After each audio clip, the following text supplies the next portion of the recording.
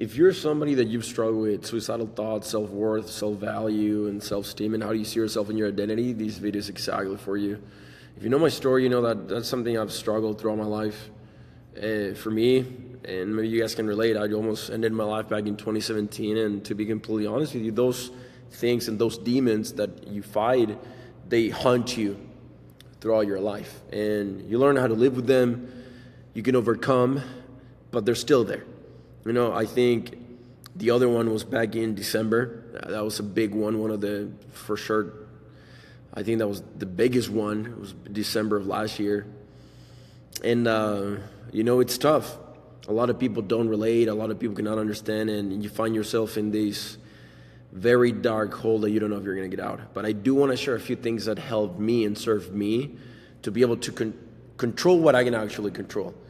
The first thing went in 2017, and I'll be graphic with you guys because, you know, I really care about you guys and this stuff, and hopefully as a man, it can serve you in some way.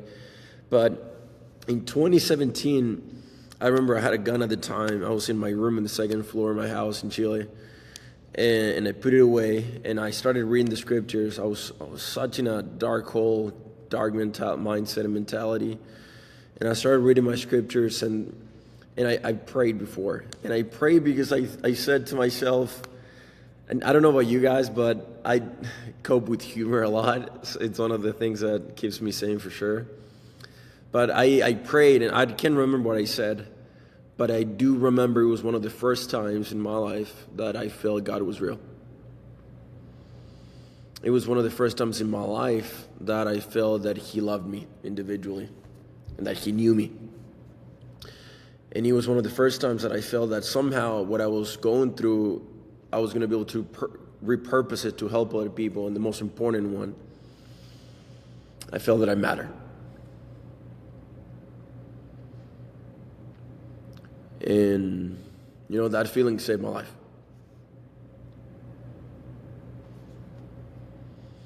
I didn't know what I was going to do with my life. I didn't know how I matter or why I was important, none of that stuff. But a feeling saved my life. A feeling that someone that I couldn't even see or hear or whatever, just feel, someone that believed in me. And I remember I put the gun away and I was like, what am I doing? And it was just a feeling.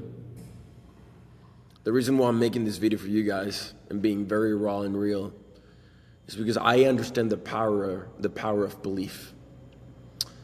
And I understand the power of having someone else believing in you. And if you see my Instagram content, if you're in Team 20U or YouTube or whatever, I just want to make sure that you guys know that, at least for me, I didn't have a person physically that made me feel that way. It was just a feeling from God. But I made my purpose on earth to believe in other people. So in this video, if you're watching this, I want to tell you directly to your face, to your soul, that I believe in you. I believe you're here to do something great. I believe you're here to impact a lot of people's lives, even though you can't see it yet. But I truly believe that because it was true for me. I've been able to be an instrument in God's hands to impact thousands and thousands and thousands of people through speaking, church, businesses, content, social media, podcasts, 20U, and it's been amazing. Friendships, and I really want you guys to feel that I believe in you because you are the son and daughter of a king. You have a divine identity. You come from a celestial family. And the first thing that if you find yourself in this hole, the most important thing you can do, because the reality of life is sometimes maybe your parents are going to disappoint you, your significant other, your friends, boyfriend, girlfriend, kids, or whatever. And the best thing you can do is go to heaven, look at Him, and ask Him, God, what do you see in me? I need to hear you right now. I need evidence. I need your interaction. And I promise you that if you're humble enough, and if you're open enough and willing enough, he'll make you feel what I just told you, that you matter, that you're important, and that you have a purpose for your life. Throughout life, that's something I struggle for sure. I think one of the biggest ones for me, it was I would be very closed off to people. I wouldn't share a lot of stuff, and that was a very hard belief I had, and I needed to change. And the moment I started finding true friendships and people that truly care about me, family members and people I was doing business with and stuff like that, and friendships in general. And first of all, it was evidence that, it's not just me and God, but I do have people like physical that I can call and talk when I'm having a bad day or something, and that I can rely on them. Guys, you don't have to do life alone. You don't. And if you believe you do, you got to get rid of that belief, because that belief will not serve you. That's a belief that you're just surviving right now. You're not thriving.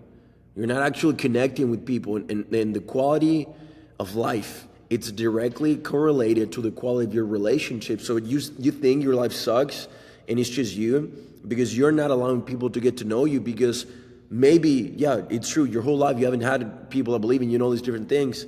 But the only way to have quality relationships is connect with people and let people into your heart, the right people. I'm not just saying everybody, but the right people that you can connect with. And it's the give and then you receive, give and receive. That's how it works. Now, a couple things that have served me in my life as well, because for me last year was very dark too. I focused on all the wrong things, girls, substances, money, views, attention, all the wrong stuff, and God took everything away from me in November, December, and it was a very dark place. It was a very dark moment. And I remember one time I was coming back from a very sacred place I had that I would just go and pray. And I remember I'm driving my truck. I'm on the phone with 988 because I was just so overwhelmed. Everything about my life crumbled. Everything. I was sick. I couldn't go to work. And I was in debt in one of my businesses because my business partner quit. And some stuff was going on with one of the girls I was going out with, family issues, like literally everything. And I was just weak mentally, and my relationship with God was crumbling too. And I just felt completely overwhelmed by myself that I was on the phone with these guys and I was just bawling my eyes. But somehow, and it goes back to this, I remember that night I went back home and I wrote in my journal. And I remember I was writing on my journal and I was like, I'm suffering right now. This sucks. But I can't quit. I can't quit because, and this is something I've trained myself. There's your spirit, your body, and then your mind. I remember when I was running ultra marathons and 100 miles and 50 miles with broken stress fracture, messed up meniscus, and all these different torn ligaments and stuff, that I would intentionally do that so I can measure how much I can push through and test my endurance for pain. There were moments in my life that my body would quit. And my mom would be yelling like, dude, like, we're broken, please stop running, or like, let's just quit. But my spirit would still be alive. And it was crazy because I would have like these 3 different conversations with these 3 different systems. And my spirit would tell everybody, like my whole system, we're not quitting. We're going to keep going. My spirit could not quit. And I remember my brain would be like, all right, this dude ain't quitting. And then they would tell my body, hey, dude, this dude is not quitting. You just got to keep going. And then somehow my brain just would expand and I would accomplish these very hard physical tasks that I was very proud of because I wanted to test myself when it comes to pain. And it was the same situation in this specific night when my body quit, my mind quit, but my spirit was like, we're going to get out of this one. We're going to get out of this one. And that's the second principle I want to teach you guys. The first one is go to God. Second one is that belief in yourself. By doing hard things physically, by doing hard things in fitness, financially, and spiritually, in relationships or whatever, if you can build enough evidence that you've already done hard things, your spirit can tap back into those things and be like, hey, we've gone through the worst before. We're going to get out of this one. And I remember I wrote in my journal, I was like, hey, you know what? This sucks right now. But I'm going to pick myself up. I'm going to pick myself up. And I'm going to get out of this one. And I'm going to fix it. And that's the second principle that I'm sharing with you guys, is that at the end of the day, and this is part of the reality of life, God will bless your efforts. People will listen, people will hear you and everything. But the reality of life is that you need also to take accountability and ownership for your life. And you cannot quit. You cannot quit. You cannot.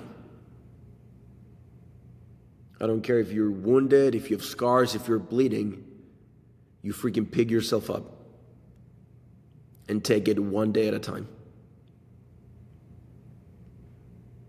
Because there's a lot of people that are praying for you that you don't even know. There's a lot of people that are trusting in you and that are counting on you that you don't even know.